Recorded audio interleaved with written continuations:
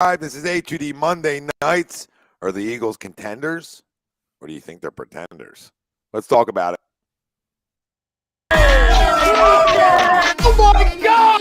Oh my!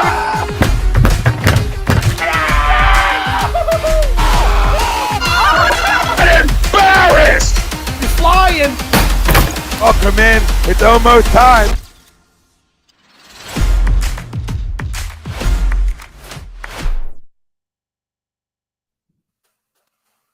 Welcome in, everybody. This is A2D Monday nights, and we're brought to you by Baggio's Bread. They're located in Mount Laurel, New Jersey, home of the best stuffed breads, sandwiches, every type of Italian dish you want, and desserts. They got you covered. You use promo code A2D, you get 10% off your in-store purchase. Go check out Baggio's Bread, Mount Laurel, New Jersey. Ryan Brodo, I'm Tom Arnone. The family out there, welcome in. Ben Simmons returns. That's going to be fun tomorrow night.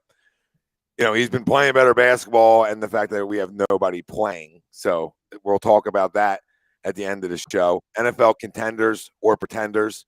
We'll go over a whole list of them and rattle them off. And we want you to tell us what you think, and we'll tell you what we think. Our main topic at hand is obviously going to be Eagles, 9-1. And it's Eagles Week 11 breakdown. Right into our poll question, which is brought to you by FanUp. And FanUp is the best way to enjoy fantasy sports, daily NFL contests, and more. Win great prizes. Sign up today. Use promo code A2D. You get $50 right at sign up. You can download FanUp right on the Apple Store. Our poll question for tonight's show. The Eagles are still a championship contender even after a sluggish last few games. Do you agree or disagree? Let us know. Facebook, YouTube, and we're everywhere you get your podcasts as well. Hit the like, hit the subscribe, download, join the conversation. Talk to us about the poll question, because I know out there's a lot of people who just refuse to believe. A lot of people just want to walk around their life completely negative about everything, right? There's probably people you don't really want to hang out with either too much. There's one thing to be like critical of teams. There's another thing when you're 9-1. You're a 9-1 football team. We always say you are where your record says you are. At this point of the year, you are where your record says you are. And even though they had a sluggish last 3 games, through all that, guess what? I'll riddle everybody something. They're 2-1. They're 2-1. And after you saw what they were able to do after 3 terrible quarters yesterday, and they're able to turn it on, right? Turn it on and make big plays. That's what winning football teams do. That's what championship contenders do. That's what they do. It's as simple as that. Nobody else is 9-1. We all watch the league. We watch it be a week-to-week league. Anybody can beat anybody any given Sunday. They say that because it's true. It's true. Any given Sunday, the movie, it's true. Okay, so when you look at this team and you say, okay, they won 9 games out of 10, and if we talked about that before the season started, we would be running down Broad Street already, right? Like, oh my God, we're 9-1 to start the year, right? How excited would we be? But now we're there, and we want to nitpick. You know what I mean? I'll nitpick losses. Let's nitpick losses. Like after last Monday night's game, let's nitpick that, right? But we come out, and I was ready to nitpick after 3 quarters. I think we all were. But guess what? Guess what championship contenders do? They wake up. They wake up, and we were talking about, they haven't came back. They haven't had that game where they were down and they came back. Well, guess what, everybody? That's another check mark that happened on Sunday. That's a game you were down. That's a game you were down and out on too. And you're able to fight, scratch, claw, get yourself back in a football game and win it. I don't know. Last time I checked, when you're 9-1 and then you do something like that too, it's a sign of a championship contender. It's not always going to be pretty. Sometimes it's about resiliency. Sometimes you got to win an ugly game. And I talked about it yesterday, right? Would you rather win an ugly game or lose an ugly game? Well, I'll answer for everybody. You'd rather win an ugly game. And here we are, 9-1. 9-1. So I want the haters loud in the chat tonight. I want to hear from you. I want to hear how you don't believe when every box has been checked off this year. Every box. Every box. The next box really is going to be, Tennessee game is going to be a dogfight, all right, and the Dallas game. They're the games. They're the games that you really look on the schedule that they're the 2 best opponents you're going to play that are left. So if people are looking for more boxes to check off, I guess they're the next 2, and then a playoff win. But throughout this year, they've done every bit of that. Through different ways. They've won in different ways. They've been tough. They've been resilient. They're everything like we look for in a football team. And Howie Roseman obviously is all in with the signings he does this week to fix problems that we see. Now we're deeper, and I think we're set up to make that big run. And I hope that continues, and we get guys back that are banged up, and we're going to even be better. But I agree, they're still a championship contender. So, family out there, let us know. Right? Do you disagree with that? No, absolutely not. I mean, Tom, honestly, forget about how we didn't play well yesterday. And listen, there will be a lot of times where we discuss that. There'll be plenty of times during the show we'll discuss how there are a lot of portions of this game yesterday where we didn't look good at all. It looked like that we were, in a tailspin going right to back-to-back losses. But we won the friggin' football game. And I understand, listen, there's some concerns, mainly I would say with injuries. But I felt like I had to question myself. I had asked myself how, numerous times this morning, just driving around, listening to people talk about it, reading how people were talking about this team. I was like, did we lose yesterday? And I get it. Listen, you won a 1-point game after playing, 3.5 really poor quarters, especially on offense. And it was kind of just an escape survive against a team that was, an inferior opponent. I honestly feel like when you talk about the nitpicking, when you talk about the panicking, there's more nitpicking and panicking after this game in a win than last week in a loss. And listen, we talk about trends all the time. This is now 3 straight weeks of trending sluggish games. But to your point, we've talked about it before, 2 of those games you won. I understand you went into the Texans game thinking, this better be a blowout by the second, by the end of the first half, second quarter. That way we could focus on the Phillies World Series. And it was kind of, it was a game in the fourth quarter, right? Understand that you still come out with a win. Monday Night Football against a team that you absolutely destroyed the first time you saw them, even though they were playing really well, you expected, hey, a long rest, come in, back home, and you beat the Commanders. Oh, wait, you don't. That was kind of like a wake-up call. Then you look at, hey, our team is on, kind of backed into a corner. Let's see how we respond. We came out sluggish on defense. We corrected it. And then obviously, we go on that game-winning drive to end and kind of survive the game yesterday. I'm not going to say that some of the nitpicking is idiotic because it's nitpicking that you and I have done with the quarterback, with the offense, with this team. I'll just start with the quarterback, how I've seen so many people talk about, you can't get brownie points for winning that way. Well, by running into the end zone? What, you aren't allowed to use your feet? And listen, we've talked about that before that, we would rather a quarterback win with his arm than just rely on his feet. But if you pay attention, not you, but the fan pays attention to what this quarterback has done all season, you would realize that a lot of it has been by his arm. He has done everything, a little bit more actually, that we asked him to do, granted through, 11 weeks now, before the year. We asked him to go through his progressions better. He did that. Pocket awareness, better. Winning with his arms, better. Using his weapons, better. It's continuous, checking boxes. So if you want to nitpick the quarterback, I get it. It's that kind of position in all of sports, but to question whether or not they're a championship contender, and I just want to say, me at least, and I would put Tom in here too. We're not going to try and sell to you that they're going to go undefeated for the rest of the year and that they've been playing great football. Nobody's saying that, but it's I feel like some people, both in this city and nationally, have the view of the Eagles because of how good they were the first 8-9 games that we aren't allowed to lose ugly. It's you see the Kansas City Chiefs. They're pretty good. I would say they, in my opinion, are the best team in football. They played the Colts and they lost to them. There's a lot of ugly wins, ugly losses in the NFL. That's what it is. And then when we get, further along to the contender part of the show, when we go through, the entire league, listen, man, you're 9-1. I don't think anybody would have expected you to get to this point at all. And you're here. And instead of just running the quarterback, running the coach, running all of these things under the bus and being like, oh, well, this shows that they can't be a contender. Look at what they don't have. Okay. We talked about it how many times last week? Dallas Goedert. He's kind of important to the offense. Avonte Maddox, Jordan Davis. They're kind of important to the defense.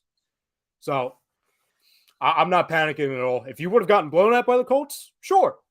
And is there things I don't like and I'm kind of worried about going forward, even in a win? Absolutely. But I'm not willing to wave the white flag and be like, oh, well, it's time to just worry about next year. Maybe we'll get lucky and we'll get a playoff win. I'm not changing my tune yet. Yeah, well, nobody should change their tune. You know what I mean? Our expectations have grown throughout this year. We've played great football. You know, I mean, it's about coming out with wins, and different weeks are going to look different ways. You know, it's not all going to be the same way. You know, in reality, you can say like teams win a certain way, and yeah, true, right? But like if you look around the league, you know, there's a handful of contenders, but everybody has their moles on them, right? Essentially, everybody has their warts, not their moles, but warts, moles, all the same thing. I mean, everybody has them. Everybody does. I mean, you can make a case that we might have a couple, but I don't think we do. And when you talk about what Jalen's done, I mean, there are some things that Jalen still needs to do, but in terms of like proving to us that he's the guy, he's done those things. You know, now he's still got to win playoff games, right? He still can do some things better. But if you look around the league, so can a lot of quarterbacks. You know what I mean? So there's plenty of quarterbacks who have bad throws, you know, and bad reads. But the bigger thing is he doesn't turn the football over. And this football team's turned the football over a lot the last 2 weeks. Yep. And to be able to win a game yesterday, you know, you give a lot of credit to your defense for keeping you in that football game and stopping the run. And then your two additions, you know, come out and they show an impact their first week out playing. So all that is it making like you come in here and there's an expectation to win here too. And I think that's a great thing to have. So, I mean, are we perfect? No. You know, I have question marks about play calling, you know, sort of the way they came out and played through 3 quarters. Absolutely. You know, penalties, turnovers, sure. But we say it all the time. You know, it's easier to fix those things after a win than it is after losses. Well, I mean, I'll say it. When you look at the NFC, right? To me, there's 4 teams that deserve our respect. And that is obviously the Eagles, the Niners, the Cowboys, and the Vikings. Like, those are your top 4 teams in the NFC. Would you disagree with any of that? No. And I'm sure people would say, like, oh, what about the Buccaneers? What about the Giants? The Giants just lost to the Lions, okay? And they've got an extremely difficult schedule over the next handful of weeks. And the Buccaneers, listen, you have Brady, you have those weapons. You're probably a close 5th, and maybe I can argue you can, get bumped into there. I don't know who. But those are your 5. Like, if you just want to make a clear-cut 5. And you look, okay, if it's the Eagles, if all of a sudden the Eagles, because this is the second straight week where we've been reading, oh, they got exposed. Okay, so if the national media and some people in the city want to say, oh, the Eagles can't be considered the favorite in the Eastern, in the NFC anymore. Okay, fine. Let's go through the other teams. Since we aren't allowed to have any ugly losses or wins, because we only have 1 loss, but even in ugly wins, the Cowboys, are they always fun? The media darling? I wouldn't say so, because they have 3 losses, 2 of them being against the Buccaneers, 1 against us, and the other being a Packers team that flat out sucks. So that doesn't fit the criteria. They've got a few of those things that the Eagles aren't allowed to have. Then you go against the Vikings. I don't need to look at their schedule. They got blown out by us, and they just got blown out by the Cowboys. They're out. And then you look at the Niners. Well, they have 4 losses? And 1 of those was against the Falcons team. Like, I don't even need to go further than that. So there's no perfect team in the NFC. And even if I cared about the AFC, Chiefs aren't perfect. We talked about how they lost to the Colts. Buffalo, they lost to the Jets, and then they gave up a huge lead against the Vikings. Like, I understand after a handful of weeks when we were undefeated, it was like, oh, this is the new normal. This is the precedent to where you're just going to blow out teams. And it doesn't matter that you don't score any points in the second half because you're up by that much. And then all of a sudden, the last few weeks, it's like, oh, people don't know what to do with their hands, right? Because, oh my God, you have to win close, gritty games, and you might lose a couple because you cough up the football like 70 times. Like, yeah, that's going to happen. That's not an indictment of this team. That doesn't make us frauds or exposed. That's like, hey, if you lose the turnover battle and you turn the ball over, 2-3 times in the fourth quarter last week, you're going to lose football games. That's just kind of how it goes. Yeah, well, the fact that, when you look at it, you have to learn how to win in different ways, right? And the really good teams can win in different ways. Like, there's teams that have been built out there to, I got to outscore you, and that's the only way I can win, right? And there's not outscore you, but score 30 plus to be able to beat you, right? And I look at it as like we can do that, right? We can score 30 if teams want to get into a shootout with us. I don't buy in that we can't score a lot of points, right? And we can get into dogfights with you. And yesterday's an example of a dogfight. So, I mean, it's different. And we've had those throughout this year, too. And we've had games where we lit it up, right? But throughout it all, like, we've been able to win both ways and other ways as well, with a combination of the defense carrying you and the offense being good enough, right? Or the offense being lights out and the defense being a little sketchy, right? Or the defense being lights out and the offense being a little sketchy. You need to be able to pick each other up. And that's what good football teams do. It's not like, oh, well, you got 5 guys on a basketball court. It's like you have 2 different units, and those units need to like play well with each other. And if you almost look at the Chiefs, like that's what the Chiefs do. Like their units almost play well with each other. When I feel like when they need that stop, their defense will get it for them. But when their offense is lining up the scoreboard, their defense is like, we're just here. For the most, we're just here. We're around. We're not terrible. And I look at us, and we're really good. When you look at all the numbers and where we rank out at, we're elite. We're elite. We've had an elite year defensively, and we talked about it. We needed a top 5-ish defense to get to a Super Bowl. We talked about that before the year started. If we wanted to be really that good, we were going to need a top 5 defense. Well, guess what? We're getting that, and we're getting a quarterback that people out there, and all of us included. So I'm not like singling out people out there. I'm saying people out there and everybody around, even us, thought that there was question marks to be answered. And that's not being too harsh. That was the facts, right? And the facts are that he came out and he said, check, check, check, check, check, check, check, check, check, check. And there's still little things, right? There's still a little, like sometimes in the pocket where he might get a little too excited instead of trusting, right? But guess what? I mean, that's going to happen all around the league.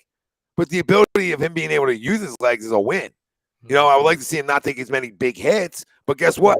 Knock on wood, he seems to be able to withstand those. So I'll knock on wood about that. He seems pretty good being able to take that hit. But I would like to see him not, learn to slide a little bit. He's done a better job of sliding, but he really will look for contact on contact plays, right? Like the 4th and 2 or 3 yesterday, right? That's a contact play. That's where you got to drive through somebody, and he can do that. So listen, I'm proud to say he's my quarterback, and I think anybody out there that just doesn't like want to believe he's the guy. I don't want to say you're clueless because that's being maybe disrespectful, but you're an idiot. Okay. So, that might be disrespectful too, because at this point, I don't know what's left for him outside of like winning in the playoffs for you to say, hey, this is my guy moving forward. And this is the guy that, we're going with. The amount of times I've heard, watched, and read people over the last 24 hours since the game talking about the quarterback, right? Which honestly, like I didn't come out of it, like before I even get to that, like, did you come out of the game thinking, because I know like you just talked about, like you're not above and you have no problem like criticizing Hurts or any quarterback. Like, did you honestly come out of that game thinking the quarterback played bad yesterday? Because I didn't. No, through 3 quarters, I didn't think he necessarily played bad. You know what I mean? I just thought our offense as a whole was bad with too many penalties, too many fumbles. Just too much weird play calls. Like there was just a lot of shit that I was like, when is, that's where I was yelling in our one chat, like, man, Nick, I mean, the rock, paper, scissors and all that starts circling back when you lose 2 in a row and you're an offensive guy and you're doing some of these play calls. But part of that is, in the RPO system, it becomes on reads. But sometimes I like to get under center once in a while, hand the ball off to a running back, and just do different things where like I don't always have to put it in the belly. Well, it was like to me, just watching it from my couch, it seemed like they were running a very tight end reliant offense, which like we joked on Wednesday, like, oh, Calcantara, oh, Stahl, Tyree Jackson. But we saw whether it was with I feel like each one of them had one penalty. I think Stahl had a couple, to be honest, yesterday, which kills you.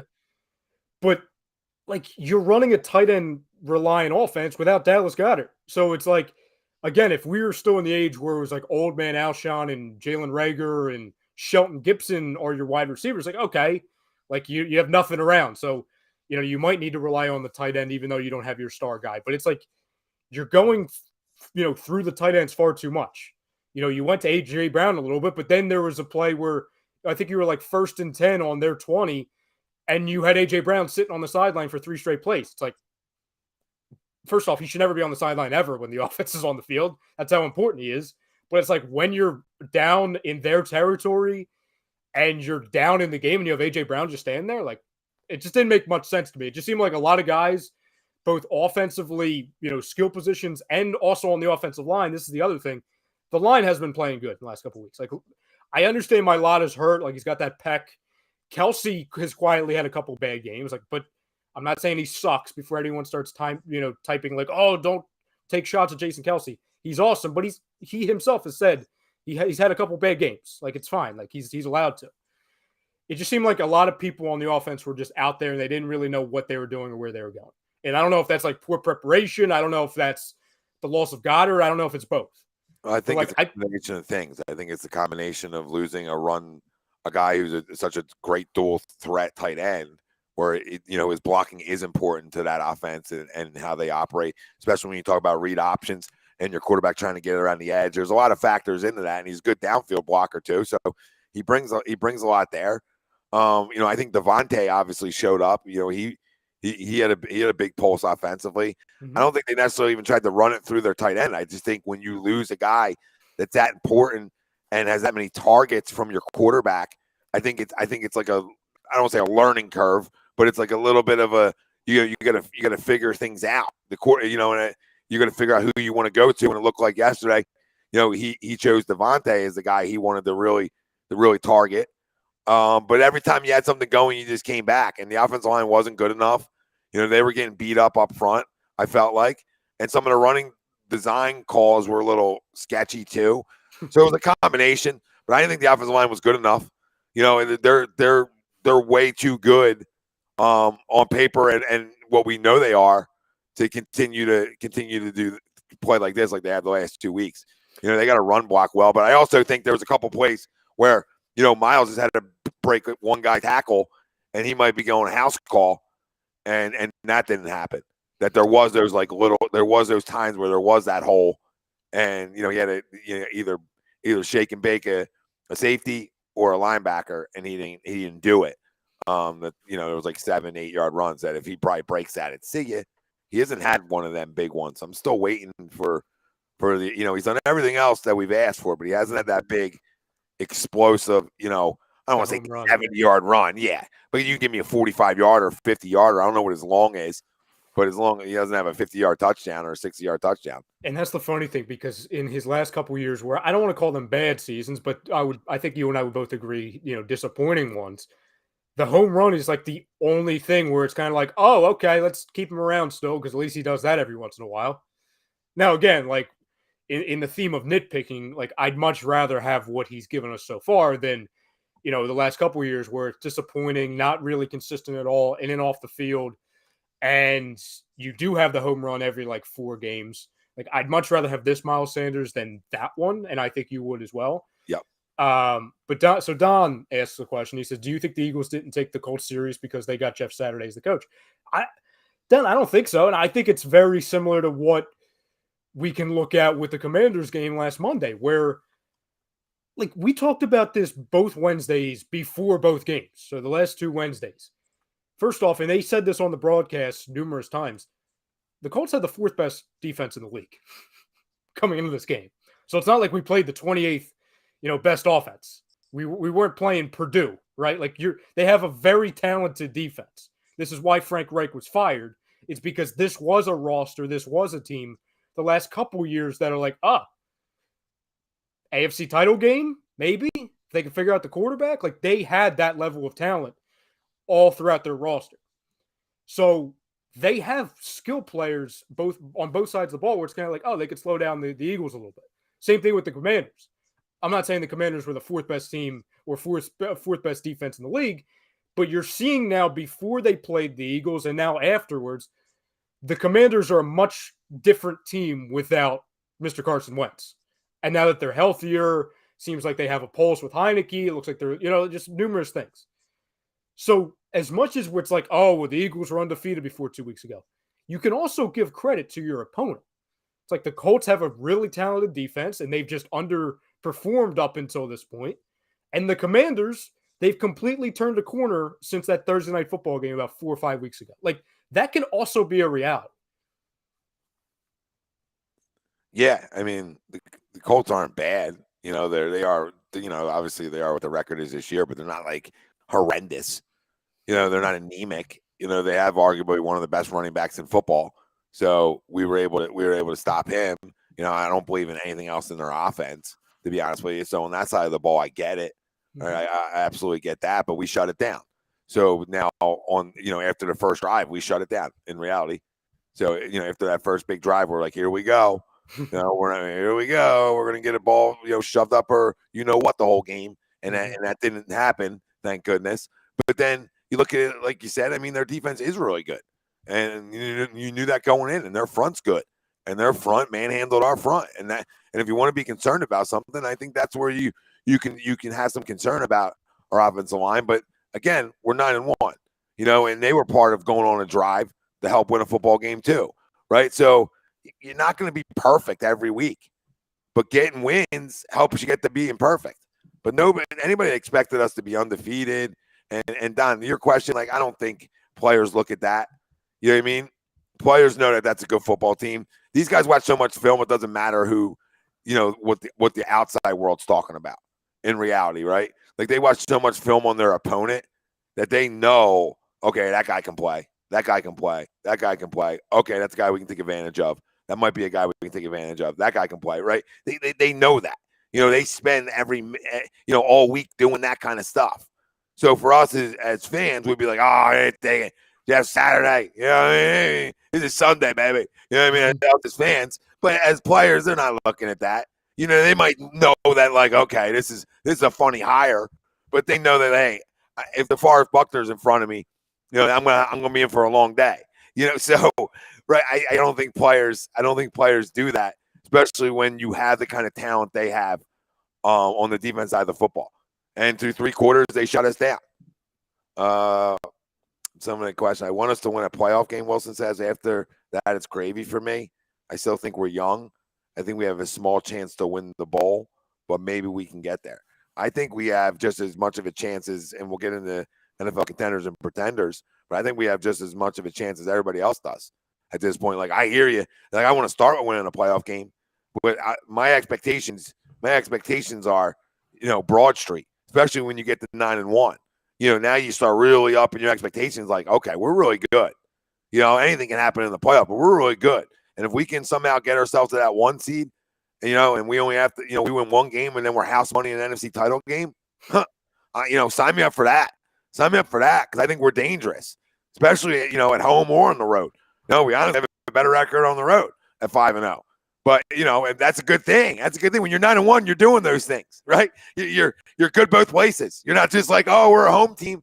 God forbid if we play outside the link, we're in trouble. No, it's not how it works anymore. It's not how it works. That was like the vet days. Like, don't come here. We'll beat you. I'll beat you. I'll beat you. The last thing I was going to say really quick was the amount of times I heard the last 24 hours with Jalen Hurts, people bring up, like, this is the leading reason in people's minds why the Eagles might not be the team we think that they can be. Oh, can Jalen Hurts beat Patrick Mahomes? Like, that's what people were talking about. That's people are writing in articles, are getting paid to write in articles, get paid to talk on the radio about, and that's what they're leading with. We can't be too sure after these last 3 games that the Eagles are for real, because can we honestly say that Jalen Hurts can beat Mahomes? And my retort to that is, can anyone right now? Like, if we're doing that, if that's the but my retort to that is, why not? Fair. It's not Jalen Hurts versus Patrick Mahomes. That too. Yeah. It's matchup. It's a matchup city, right? And their defense is solid. Our defense is better than their defense is. That's factual. So, I mean, why can't we beat the Chiefs? Why can't the Chiefs beat us? When you're at the upper echelon of teams, that sort of becomes a 50-50 game now. I know the Chiefs would probably be a favorite, but by how much? That's almost an even game. When you look at it, you look at points per game, you look at other things, defensively, we might look better than they do. They just have the best quarterback in the world. So, I mean, it's not fair to say, like, why? Oh, like, Jalen's not playing against the best quarterback in the world. Jalen's playing against Chiefs defense, and Patrick Mahomes playing against our defense. Yeah, Right? Who's going to have the big plays? What units? what people should be asking is not can Jalen Hurts beat Patrick Mahomes, is can Jonathan Gannon beat Patrick Mahomes? And to be honest, gun to my head, I'd probably be like, no. But that's obvious. You know what I'm saying? But like, No, but I look at the players. Like, I don't think Sure. screw Jonathan Gannon at that point, right? If we get that far and we're in a Super Bowl, right? Like, screw John. So at that point we're real good. So I mean, why I would go in thinking that our defense can slow them down. I've seen them slow down. It's not like they can never be slowed down. They're sensational, but they can offensively. They're sensational, but they can be slowed down. Like pressure, and we do have the front that's supposed to get pressure. Yes. And if we're playing that deep into a Super Bowl, right? Guess what they did in the playoffs? They got some pressure. So I'll riddle everybody that. So I mean, right now. I think we could play with them. Right? I think we could play with them. And I think we can play with anybody, honestly. There's no team that I'm scared of. Like, first off, they're AFC, right? So it's Super Bowl. But in the NFC, I'm not scared of anybody in the NFC. And I'm not saying teams should be scared of us. I'm just saying me personally, like, as good as we are, what's there to be scared of? We beat the second best team, essentially, and the third best team, even though they didn't have Dak Prescott. All right, so if you're not scared, this is perfect lead in. If you're not scared of any team, what's the team that is closest to, like, I'm trying to figure out how to word this. Like, are you looking at the most as like they are the closest to our level then in the NFC? In the NFC, guess what? People are gonna like this. It might be the Dallas Cowboys. It might be the Dallas Cowboys. You hate Kyle Shanahan so much, don't you? Yeah, but they're 6-4 though, right? Like, they're going to be in the conversation. They're not a pretender, so this isn't a shot at them. I'm not calling them a pretender. Jimmy G gets himself in conversations because he's a winner. He's just a winner. So they're going to be in the conversation as one of the last ones standing. But I actually think because of what Dallas has on defense with Micah Parsons, now he can disrupt games. They're a freaking problem. And Dak Prescott's a good quarterback. And they have weapons offensively. They have plenty of weapons offensively. When you talk about Pollard, it's shown to be he's a stud, right? CD's a stud. We already knew that. You get Gallup back, that helps their offense out big time. So I mean, when you look over their roster, they've gotten guys back. They're getting healthier, and they're tough. I mean, I don't just because they beat the Vikings the way they did. If you had a gun to my head, I'll tell you that Dallas is better than Minnesota. You know what I mean? I think I would tell you that Dallas was a little bit better. I wouldn't say that much better, like yesterday's game showed, but I would have them a little bit above Minnesota. And then obviously, it's after you talk about Dallas and Philly, who Minnesota, right? After you talk about those three teams, like, where are we going? Who else is the big contender? San Fran, right? Mm-hmm. Who else? The Giants are probably the next one, and I don't believe in them. People might say Seahawks. I don't believe in them. That's cute too. Like, what those and the Giants are doing is cute. It shows they're well-coached football teams. They're a playoff. They're playoff caliber teams. Doesn't mean they're contenders. Like, that's a different conversation. They are both, even though I'm not just saying this because I hate the Giants. I'm saying because, like, I just from what I've seen, right? And I understand the Giants to this point have a better record than the Seahawks. But if you had to put gun to my head on, like, which team is more likely to steal a playoff game in the first round, I would say Seahawks, to be honest. Probably. Because experience, right? And I'm not trying to say, like, Pete Carroll's better than Dable. I mean, Dable was incredible. But you have that formula of winning, right? Like, you have the skill weapons that the Giants don't. I understand that they, the Seahawks don't have Saquon, but also the running back they have over in Seattle is pretty damn good. So they're tough. Like, they're frisky, right? Both of those teams.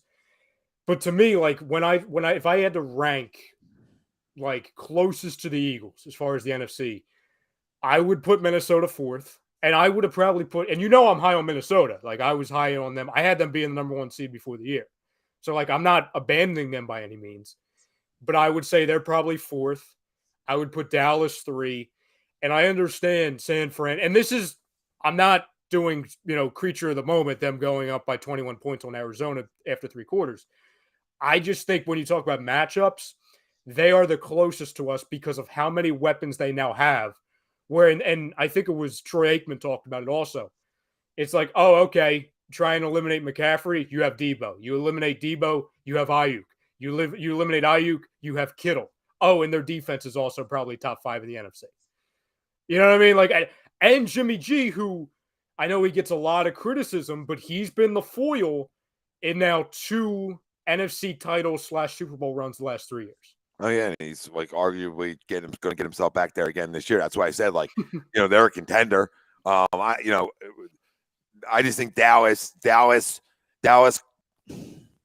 them and Dallas are close too. Mm-hmm. They're all close. Like I said, we're all close. I mean, even Tampa Bay's plus 800, so they're the 5th in terms of odds of the NFL NFC conference. Okay, they're odds wise. So Tampa is 5th at plus 800. Minnesota is 4th at plus 600. Dallas is 3rd plus 450. The Niners 2nd plus 350, and the Eagles plus 225 at number 1. So when you look at it between Eagles, Niners, Cowboys, they're all sort of closer numbers, to the number 1 spot, right? In terms of like the odds of it happening. Vikings plus 600, you're asking for a lot, and plus 800 is a lot. And then the Seahawks and Giants come in at plus 2,000 for the Seahawks and plus 4,000 for the Giants. So when we talk about contenders, you got to be under 1,000. So you can make an argument that Tampa is obviously contender because you have Tom Brady. Mm-hmm. You have a really good defense. Sure, you could be, gun to my head, that could be a team that's left standing of the last 2 teams, right? The last 2 teams left. But just the way, it's hard because I think you can make an argument for every one of those teams. You can probably make an argument for Tampa if you're a Tampa fan right now. But Minnesota, you can make an argument for. Forget yesterday, right? Like they went up in Buffalo, beat Buffalo. That's a big win for them. I sort of smelled this one coming for them a little bit in a way because you're coming off an emotional win. Dallas, you can make the argument for because of their, the elite things that they have, especially on defense. Okay, with Micah Parsons, so he's always making plays. He's always a problem. And San Fran, you can make a case for a lot of different reasons. Especially now with the quarterback they have now because they've been really good since he's taken over. And obviously us. And how can you not make a case? Like, how can you not? We have a top 5 defense. We have number-wise, I don't know where we rank out offensively, but I feel like we're right up there. I feel like we're right up there in terms of, like, overall. I mean, definitely in the NFC. But, like, overall, I feel like we got to be up there. I mean, I feel like there was a point where, all we were doing was scoring 30 a game. But I don't know for sure. Let me see. Scoring offense, points per game. We rank 4th in the NFL. Okay. In points. Yep. And I think we rank like 4th. Where do we rank defensively in points per game? Let's see. Defense, total defense, scoring defense, opponent points per game, 7th. 7th. Okay. It's really good. It's really good in the whole NFL. So that to me is a contender because you have 2 sides of the ball that are top 10 in the league. At doing what they're supposed to do. Keep points off the board, score points, right? I mean, that's as basic as you can get, but that's the facts. So that's why Vegas has us as plus 225, and that's why everything we're saying isn't crazy. I mean, we're talking about that plus 225 to win the NFC, right? And to see yourself in the Super Bowl, right? That's not even getting there. So those odds are even better to get there if you really look at it. So Vegas was expecting us by what they're saying to get there. And when we get there, they're expecting us to win right now. You know why? They're smarter than the general public. And I'm saying they're never wrong because there's always upsets, right? Mm-hmm. But it tells you that we're not making things up. Like our eyes and as a fan base, what we've seen and what we believe in this team, we're not making stuff up. You're just not. If people don't know it by now, here's another reminder. I'll just speak for you and I. We are not above criticizing our own teams and saying when our teams suck. We actually are more used to doing that than the other. You know what I'm saying? Where it's not like we have a reputation of coming in here and being like, oh no, it's peaches and cream, everything's great. There's no bad signs. It's like, no. Trust me. We would tell you, it's not the time for that. If you drop this game, or if you get blown up by a Green Bay team that is somehow treading water right now, or I don't even know if they're even treading water at this point, then yeah, we'll voice a concern and maybe a second thought or two, but not right now. Yeah, and even that, like, I'm not going to be like, oh, we stink. I'm not going to be happy about 2 primetime game coming up losses, right? Mm. But if I win ugly again, I'm not going to be like, oh my God, we're 10-1 and we got so many problems. I mean, we got so many issues. Let me give you a name of a team, and you just respond with one of these 2 words, okay? And the fam, chime in on this as well. I'm going to give you a name of a team, and you tell me right now, given the current status of the team, if they should be feeling good or freaking out. All right? We'll start in the AFC. The Bills. Should be feeling good. I agree. I'll tell you what, though. Bills' Twitter through the second quarter yesterday against the Browns, they were not feeling good. They were freaking out. Yeah, and that's the NFL. And they won again. Dolphins. Feeling good. Agree. Patriots. Feeling lukewarm. They're just existing. They're just there. The Jets. Can we say it now? Because I know you like him, or you did. Well, I thought he might be able to play. He could spin a little bit. But we don't know what's upstairs, and obviously he's an idiot. So he looks like he flat out stinks. So it looks like they might be giving up on him. I don't know. They should be feeling good because of their defense, but they definitely shouldn't be feeling good about having to probably go back to the quarterback well again. Yeah, they're like in the Lamar Jackson sweepstakes now. I feel like, you know what I mean? Like, can we get Lamar up here? The Jets have entered. Yeah, they've Don, your Lions have company. It's now a Lions and Jets party in there. Let's see. The Chargers. They should be feeling like the Chargers, which So is not good. freaking out. Yeah, they freak out. Do we even need to say the Chiefs? Like, we can just move on from that? Yeah, they feel great. Broncos and Raiders. Well, neither should be feeling good. Gun to head, if you look at projection for the next 3 years, which team is in a worse spot? Denver. I agree. There's a lot of people that would have said Raiders, and they're stupid for saying that. It's Denver. Yeah, because they're not giving up picks and stuff. They didn't give up picks and stuff for their quarterback. Their quarterback is what he is too, but they didn't give up picks, and they got him a guy that he's boys with. And I think as over time, like, dude, if they had Hunter Renfrow and Darren Waller all year, I feel like they're better. I'm not trying to give them a pass. Josh McDaniels is an idiot, but they're better. They're definitely better. Because what are they, 3-7? Right? So, okay, they might be a win or 2 better, which isn't saying much, but it puts them right in a playoff conversation. Now they got a long way to go. They're a team that has to rattle off a bunch. Well, I think up until this week, they were 0-6 in one possession games, which is like, that doesn't give you brownie points, but it's like, hey, at least we're not getting blown out every week like Denver Denver was. Yeah, and it shows you you're tough. It shows you you're right there, which sucks, but for Raiders Nation. But the Raiders have all of the pieces for the next couple of years. They just need, and I feel bad, like, it's Derek Carr, like, he's a good dude and everything, but they're going to have Brady next year, and it'll be Brady and McDaniels reunion tour, and they'll be just fine. They could. Until Brady's 50, and then they won't be fine. Yeah, they could, or they could stay with them longer. You never know. Wouldn't it be the most Raiders? It would be the most Raiders thing ever if they sign Brady, and that's the first year where Brady just, like, he's not Brady anymore. Like, he's kind of, but even though I think a lot of it's because of the offensive line in Tampa, but the first year the Raiders get him, that's where he goes like full Peyton Manning 2015, where he just literally can't throw the ball.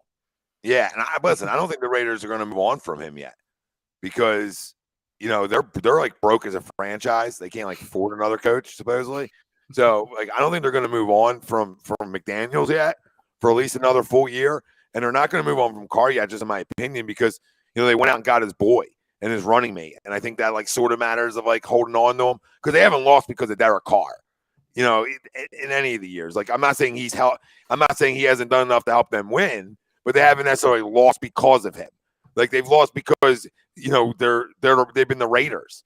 Like they just like the Chargers, they find ways to lose games. So when you have that stigma on you, and credit to the Detroit Lions for a guy changing the culture of that stigma, right, and starting to win games. But when you have that stigma of the Raiders and what those two teams have been, it's hard to change that. It just is. The Ravens. So feeling good, right? It's feeling good, or freak out, or freak out. No, they should be feeling good. They're tough. They're tough as nails. They're always going to be in a conversation. Winners of 4 straight. So I mean, that's kind of quiet. You know what I mean? Because they were getting ripped apart. I didn't even know that. That's interesting. No. Wow, 4 in a row. They were 3-3 4 weeks ago. Now they're 7-3. Because I think at one point I want to say they were 3rd in the division after like 4 weeks. And now all of a sudden they're winners of 4 straight in a row. Bengals. I guess they should be feeling good. They shouldn't be freaking out. I don't think. I mean, they're just, they're a top 5, 6 team out there right now. They still can't protect Burrow. No. After everything, they still can't do it. Cleveland, and I'll just put Cleveland and the Steelers. Well, Cleveland shouldn't freak out yet because they're getting their guy back. So they can wait to freak out to see if he can play still. And then what was the other, Steelers? Mm-hmm. No, I don't think the Steelers should be freaking out because if you're a Steelers fan, you should expect it this year. You're gonna play the rookie at some point, and you're gonna take your beatings, and you're gonna let him learn from it, and you're gonna find out if he's the guy. I actually like him a little bit. You know what I mean? I do like Kenny a little bit. So we'll see how he develops, right? But I don't think he's like terrible. It doesn't look like it's a bust. Nobody can be running around saying that yet. But I mean, they're the Steelers. Like you give it another year or two, they'll be right back to winning football games. Yeah, like as bad as they've been, because there's times this season where they've just eye test look like the worst team in the NFL. I don't view them like all these other teams that we've mentioned and will mention as like a doomed franchise. It's like they've got the 8th pick right now. I'm sure if they continue losing, it'll be somewhere within the top 6, the top 4. And it's not like they have a completely barren roster. They still have a ton of talent on both sides. It's just like, okay, it's going to be one of those blip years, which has happened. That happens when a guy like Big Ben, a quarterback that you've had for X amount of years, retires. It's like it's a reset. It's fine. Just don't let it trend for 3 reset years. Just one blip and then you move on. Let's see. Titans. I mean, they should be feeling great. Mike Vrabel's the friggin' man. That's all I can say about that one. No, I love him. His teams come ready to play every week. Ain't a question if they're going to come ready to play whenever you play them and they're on your schedule. They're an absolute contender too. They're an absolute contender. They just are. I will because we know the Colts, Jags, and Texans. None of them are feeling good. So my question to you and the fam is: next 3 years projection, which team should be feeling the best? Colts, Jags, Titans, or I'm sorry, Colts, Jags, Texans. Jags. Okay. I mean, they have a lot of talent though, young talent. And I think they have the better head coach there too. They're not going to be firing him anytime soon. He's going to get a good 3 years to try to fix this. Jeff Sunday. Yeah, I don't think they paid a coach a bunch of money and then they had to fire him, right? It's almost like the Vegas thing. Like they're not going to fire another one anytime soon. He has time to change the culture, get another high round pick, bring in some more young players, right? And hopefully, protect your quarterback even more, right? Do those little things that are important to win. Sort of what the Jets tried to do. They protect him. He just doesn't throw the ball. Cowboys. Should be feeling great. Feeling amazing after yesterday. Yeah, I mean, not just that, they're good. I mean, anybody that thinks that anybody out there that wants to be that type of person, just hate them that much. Like I despise them, but they're good. I mean, I'm not going to run from that. We all knew they're better with Dak. I mean, this isn't hard. Oh yeah. The Cooper Rush tour is over. Yeah. I don't give any credence. Like we beat them, and that's awesome. But I'm not going to go puff my chest over it.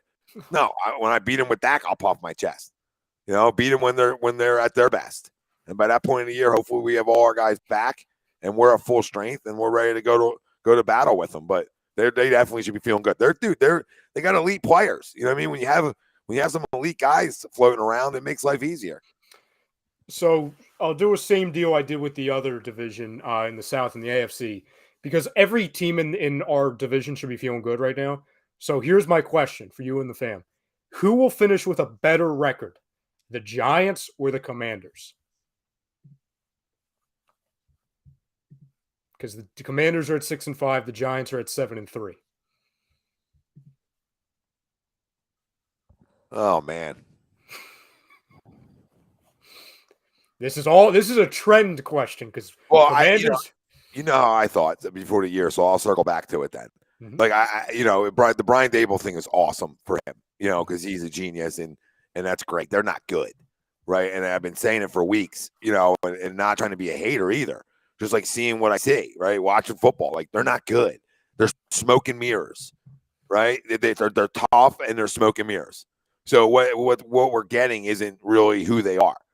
And Washington, I don't know what they are, right? But they are getting one of their best defensive players, if not their best defensive player back. What's he going to be right away?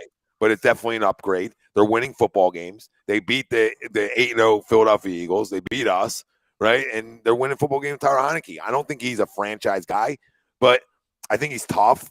And he's not going to make every winning play, but they have more talent. That should be the end all be all of it on why that would happen. They just have more overall talent.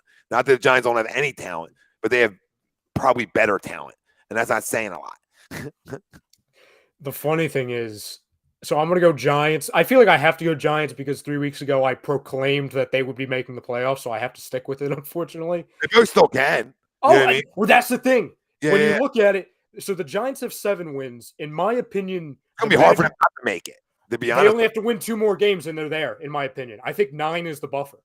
Yeah. I mean, you probably want to win 10 because of the extra game, But I don't disagree with you that you just never know how that's going to shake out. So I think their magic number should be 10, and I think 10 definitely locks them in. Mm-hmm. So you're going to win 3 more football games. What do they got left? They got 2 versus us. So they have statistically the hardest schedule left in the NFL. The Giants do. How's that even happen? Because you can't do record predictions, in May. I guess it comes down to, I saw this, it was like on the bottom ticker on ESPN this morning. I guess it was like teams that they're facing with a winning record. And if you combine the record of every team that they're facing, it adds up to the greatest number, I believe. Okay. So they have the Cowboys in Dallas this coming on Thanksgiving. Then they have the Commanders at home. Then they have the Eagles at home. Then they have the Commanders in DC, which is basically a home game. Everything is in FedEx. Then they go at the Vikings, home against the Colts with Jeff Sunday, and then at the Eagles. So that's why it's the hardest, because they have the NFC and then the Vikings and Colts. Or the NFC East plus the Vikings and the Colts. Yeah, I don't know. It's going to be hard sledding for them to get to 3. I think Washington, I don't know Washington's schedule, but I guess it's a little bit easier. I would probably not much, though. Let's see here. The Commanders. Teams. Okay, so they're home against the Falcons this Sunday. At the Giants. Home against the Giants. Back to back. It's so stupid. I'm sorry. They go bye week. Then, but either way. So they go Giants, bye week, Giants. Then they go to the Niners. Okay. At home against the Deshaun Watson Browns. Right. And then they're home against Dallas. All right. Not easy. No. Not easy, but they could easily beat the Giants twice, and that's where they got to catch up their ground doing that. Because the Giants' schedule outside of them is really tough. So, the Giants almost got to get 2 versus them, right? And vice versa. Because both schedules are a little tricky. I think is it fair to say it's nearly, if not an absolute lock, that our division will have 3 playoff teams? Because you're looking around, it's like, okay, the Cardinals suck, the Rams suck, the Seahawks, let's see if they survive, for the next handful of weeks and see if they continue what they're doing in the second half. The Niners are making it. It's whether they're a division winner or a wild card. The North is terrible. You've got a Vikings team with 8 wins, and then you've got the Lions, Packers, and Bears 4-4-3 when it comes to wins. And in the South, you've got the Falcons at 5, Saints at 4, and Panthers at 3. How many get in now? 7? Yes. So you have us as a lock, Dallas, Vikings, Niners, that's 4. So those are your 4. Let's just say those are your 4 division, or not division winners. Your 4. Then you have Tampa is your 5th. The other 3 teams that are battling are Seattle, Giants, Commanders. 3 teams battling for 2. Yeah, well, so, San Fran's in the 7th spot, and they will be after tonight too.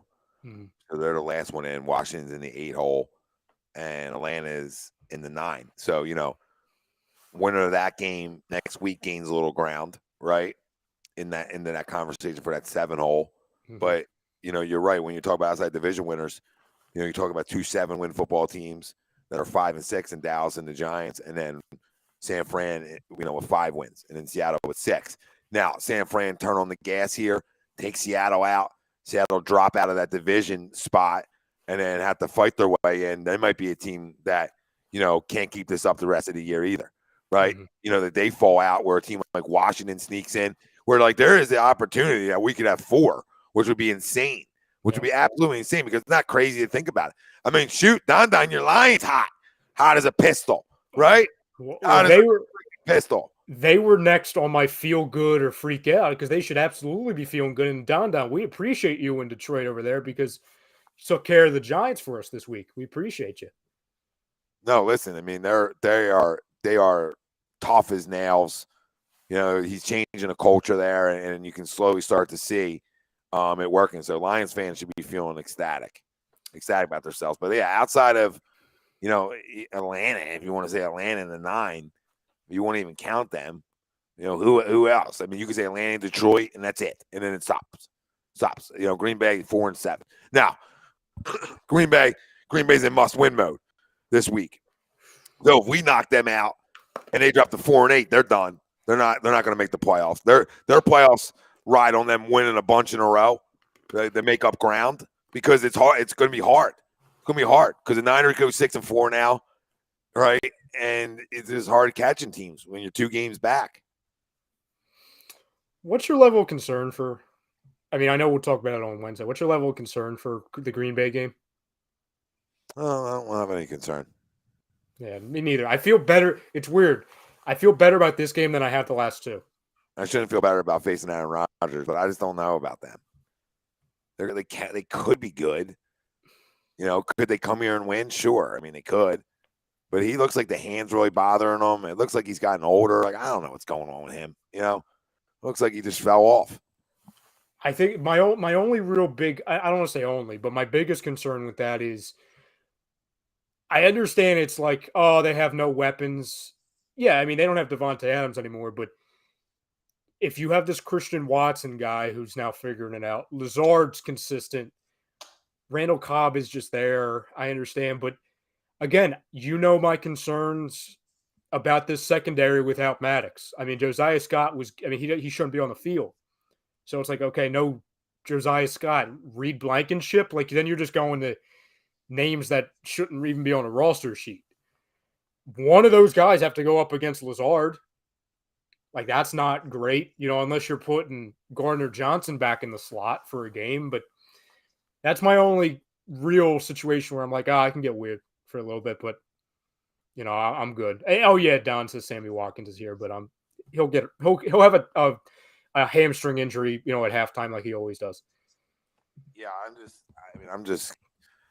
I'm not even concerned about that. I'm more concerned about honestly about our offense, versus their defense. I think that gives us almost a tougher matchup. Yeah, our defense versus their offense, but they can run the ball.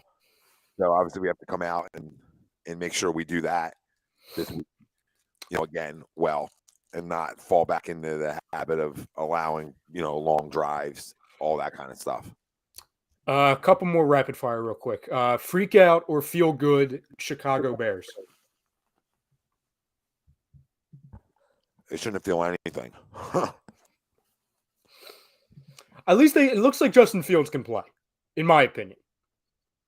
He looks way better than he did 6 weeks ago because they're not having him as a statue. That's my only silver lining. No, yeah, and he's already banged up.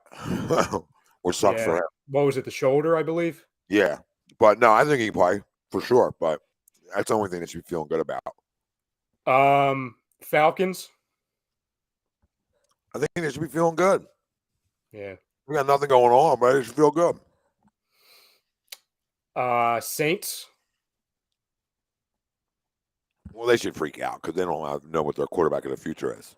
I don't know what they are because like they brought in a ton of veterans that they can win. They gave us a ton of picks. If you want to talk about an organization that is like quietly going downhill, it's them. Like, really, like you're going to rely on Michael Thomas to like be 2018 Michael Thomas? Like, no, it's 2022. It's about to be 2023 in a couple months.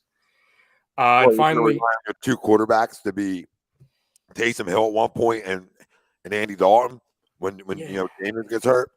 They really didn't have a direction. And then obviously the Panthers. Well, they should freak out too. They don't have a quarterback. No. Or a coach. Even though I feel like whatever coach they have now is an upgrade over the guy they used to have.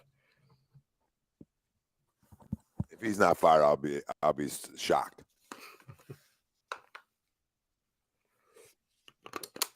But I mean, like you just see all with all those teams. When you compare the Eagles to a lot of the situations around the league, it could be much, much worse than winning an ugly game against Indianapolis with a ton of injuries on both sides of the football. Yeah, I mean, if you're not feeling good, I can't help you. Yeah, nothing will make you. Speaking about not feeling good, we really have this weasel getting away with this again tomorrow night, playing against our G League team, basically. Mr. Simmons. Like that, like we can't have nice things. Like we can't even away with it. He ain't getting away with what he's going to hear, boo wise playing, right? But he's getting away with the talent on the court for sure. For sure, he definitely is. I mean, we are on a one-way track to seeing because he's their backup / starting center. I don't know if Claxton's playing tomorrow. It would have been an Embiid versus Simmons center on center matchup down in the post, and they've robbed us of that. Like that, Georgia's dead. I mean, I say we can't have nice things, but this is not even like this. Like, it's not even a playoff game, and we can't get this. Like, it's literally going to be a G League squad with Tucker, who doesn't score, and I don't even know if Tobias is playing. I would hope so because it's like Paul Reed would pretty much have to start, or Daniel House again. But it's like the one thing where it's like, oh, just give us one night of joy. It's like, oh no, Kyrie's back. Kevin Durant's playing well. Well, Kevin Durant's Kevin Durant. And now Simmons is like all of a sudden like resurrected his game just in time for Tuesday. Yeah, wouldn't it be fitting now if we somehow beat him? It would. And it's funny, I see a name Don brings up, Ben Simmons versus Montrez. My only silver lining to this game, and it's a request by Montrez because coming out of the Bucks game, he clearly has no problem being the villain. Montrez, if you're listening, I'm going to need you to fight Ben Simmons on the court. Like, I'm not saying injure him, not nothing like that, but just for our entertainment value, I'm going to need you to pick a fight with him. Just get like a 2-game suspension. Like everybody else is gone, right? Like everybody else is hurt, so this is nothing. Just take a 2-game vacation. Yeah, I'll take you just shutting him down. just shut him down. Just don't Can we get like a 5-second headlock to like reenact what Simmons did to Towns all those years ago? Can we just get that with Montrez? Yeah, I would rather him just hold Ben Simmons under 10 and show him what he really is. That's about as much taking your dignity away too. Allow him to force him to shoot the jumper. He won't do it. And then when he comes down low, just be rough and physical with him. Guys have no line a bunch. Go ahead, because there's no fear here. There's no fear in that deer. So let him go. Let him go shoot free throws all night. I think it would be so fitting because they're obviously coming in healthy. They're coming in rocking and rolling a little bit. Where we get like the Anthony Melton goes off for like 25 and they're not going to outside Simmons, they're not playing any defense. And maybe you get Tobias back, he gives you 20 something. Right, maybe Montrez gives you like a double-digit night. You start getting Shake gives you maybe 15, 20. You find a way. You find a way to freaking take it from that loser because he doesn't even deserve our time anymore. And this is the first time back, playing, which I get. But really, I just they have he has no bragging rights after this one. So he only gets away with like the pass of coming back and those guys not playing because he's going to hear from the fans big time. And it's not his last time coming to the Wells Fargo. He went to Brooklyn.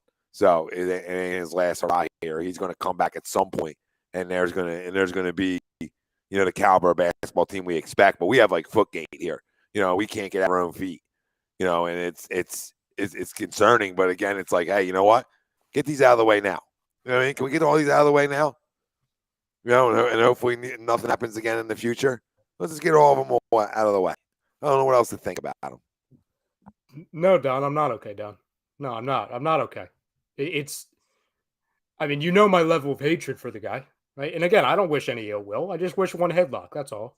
And I'm obviously joking if anyone wants to be like, oh my God, you Sixers fans putting a bounty on Simmons. Like, no. It's just, this was because he obviously escaped it last year because he went on that, year vacation from playing. It's like, of course, this would be the time.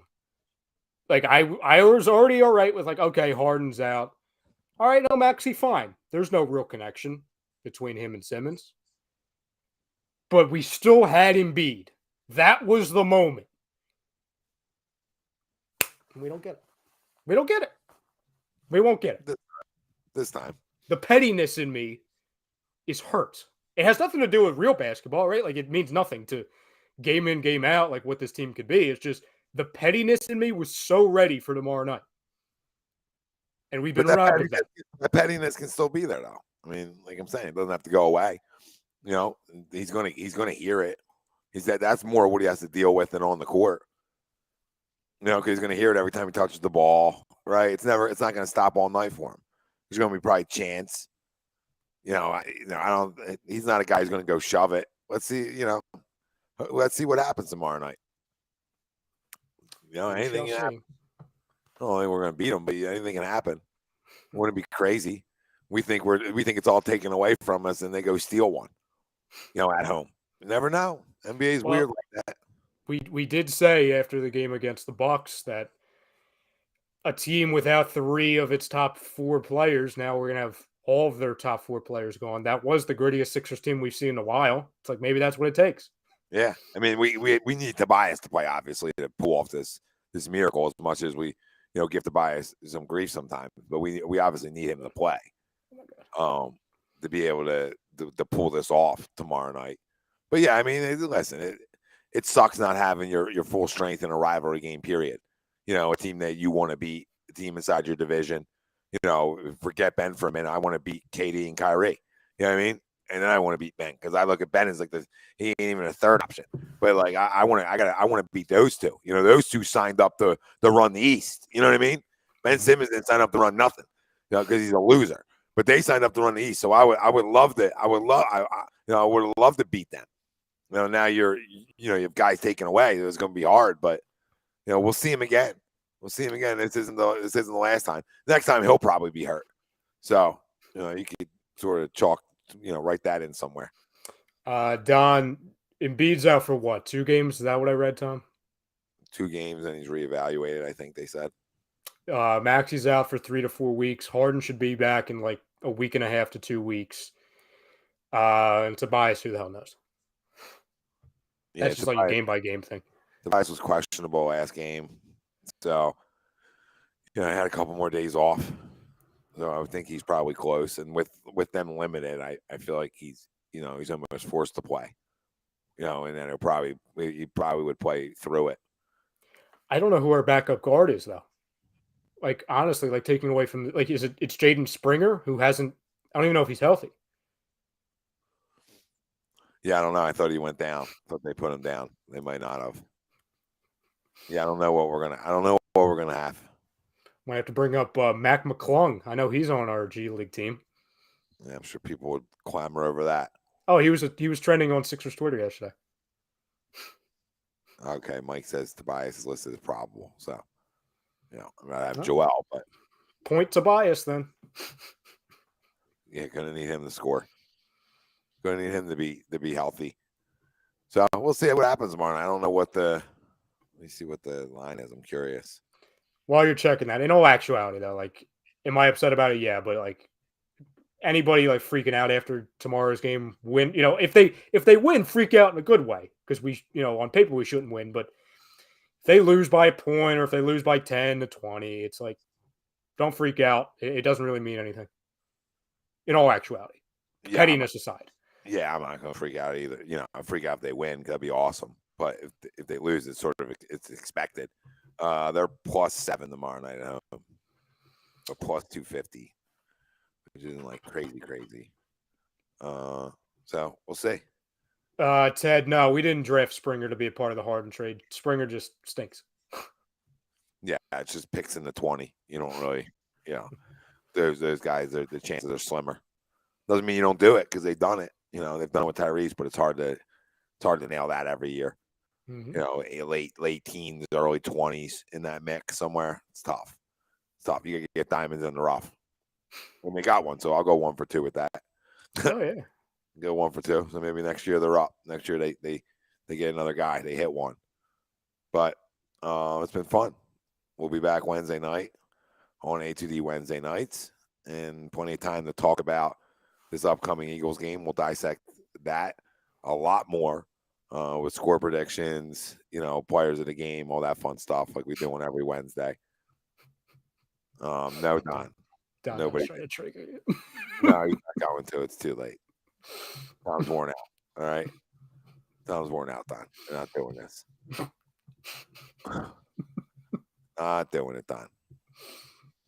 But appreciate everybody that chimed in, tuned in. Go Eagles. 9-1. Stop complaining. If you got anything out of tonight's show, it's try to enjoy it. Try to enjoy it because it could be 1-9. Not saying we should be 1-9. Just saying it could always be opposite. Depends on who you talk to. Some people think it is. It's unbelievable. It's unbelievable. That's Ryan Brotto. I'm Tom Arnone. Everybody out there, we appreciate you tuning in and chiming in. Make sure you turn your alerts on. Hit the like, hit the subscribe. Stay with us. Shows every night. We were brought to you by Baggio's Bread, right in Mount Laurel, New Jersey. The home of the best stuffed breads, tomato pies, sandwiches, desserts, every Italian specialty they have for you. Go check them out and use promo code A2D, and you get 10% off your in-store purchase. That's Baggio's Bread, Mount Laurel, New Jersey. That's Ryan Brotto. I'm Tom Arnone. We thank you all for listening. 40 boy, stop it. Stop it. We're not doing soccer. We're at it.